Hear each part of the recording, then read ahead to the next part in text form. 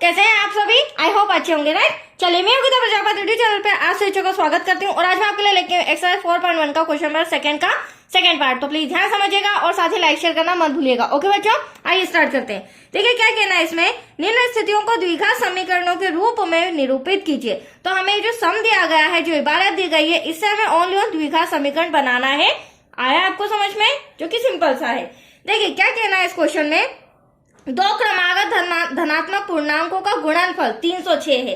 हमें पूर्णांकों को ज्ञात करना है। तो देखो, दो क्रमागत धनात्मक क्या होता है? क्रमागत मतलब क्रम के अनुसार, जैसे 1 2 3 4 5 10 20 30 40, ठीक है। धनात्मक कहाँ है तो प्लस का साइन आ जाएगा। और पूर्णांक में हमें मानना पड़ेगा, मतलब कि पहला क्रमागत धनात्मक पूर्णांक हम x मानेंगे और दूसरा मानेंगे x+1। हाँ, दो की जगह तीन धनात्मक क्रमागत धनात्मक होते तो x+2 हो जाता, राइट। तो आइए पहले हम मान लेते हैं, माना कि पहला क्रमागत धनात्मक पूर्णांक हमारा x है, राइट, तथा दूसरा धनात्मक पूर्णांक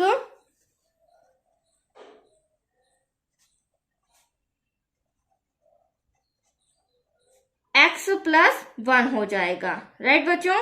तो पहला क्रमागत धनात्मक पूर्णांक x और दूसरा क्रमागत धनात्मक पूर्णांक x+1। यहाँ तक कोई डाउट? अब इनका गुणनफल हमें 306 दे रखा है। तो आइए अपन इक्वेशन कैसे बनाएंगे देखते हैं। गुणनफल है तो दोनों धनात्मक पूर्णांक में ब्रैकेट लग जाएगा, ठीक है। और इन दोनों का गुणनफल कितना है? 306। Very simple. अब x का x में मल्टीप्लाई करेंगे बच्चों, x² आएगा। x का 1 में करेंगे x1 जा x इक्वल टू में 306। अब जो हमारा द्विघात समीकरण होता है ना बच्चों, उसमें इक्वल टू में क्या आना चाहिए? 0 आना चाहिए। तो होगा क्या? x² प्लस x प्लस का 306 इधर आके क्या हो जाएगा? माइनस का। अब ये हमारा द्विघात समीकरण बन चुका है। आपको और थोड़ा सा डीप में बताती हूँ द्विघात समीकरण क्या होता है, राइट। और हमें लाना भी यहीं तक था क्योंकि हमें द्विघात समीकरण के रूप में निरूपित करना है।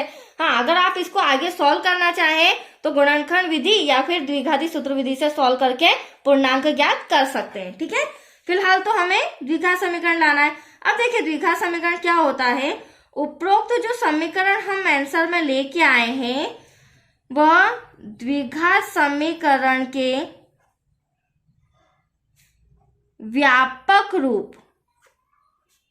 अब व्यापक रूप क्या मतलब कि समझ लीजिए इसका formula x² plus bx plus c equal to में 0, राइट। मैंने पहले बोला था इक्वल टू में 0 चाहिएगा, 0 के रूप का है।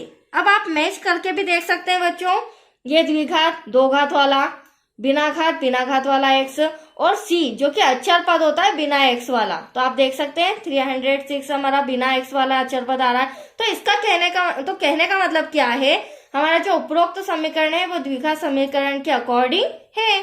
तो हम यहाँ पर कह सकते हैं अतः यह एक द्विघात समीकरण है, और यही हमें इक्वेशन सॉल्व करके बताना था। तो आया आपको समझ में? That's your answer. तो ये भी कंप्लीट हो चुका है बच्चों। अब नेक्स्ट थर्ड पार्ट आपको कल के वीडियो में मिलेगा। ओके, थैंक यू बच्चों।